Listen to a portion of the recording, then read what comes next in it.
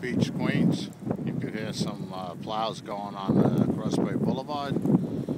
And we're in the middle of our first blizzard of 2009. As you can see here, there's no sign of it letting up.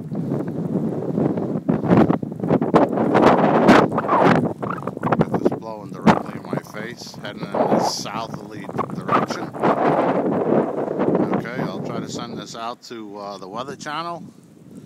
And I would say all told over here, well, some of this is pretty high. It looks like we got close to a foot out here. I didn't measure it, but I'd say we're pretty much close to it, though.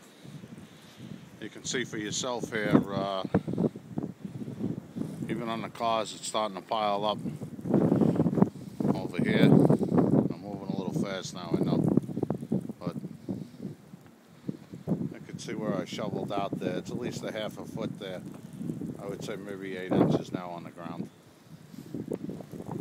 But it's pretty bad out here, so I'm going to stop filming this right now. And good luck, everyone, and have a Merry Christmas.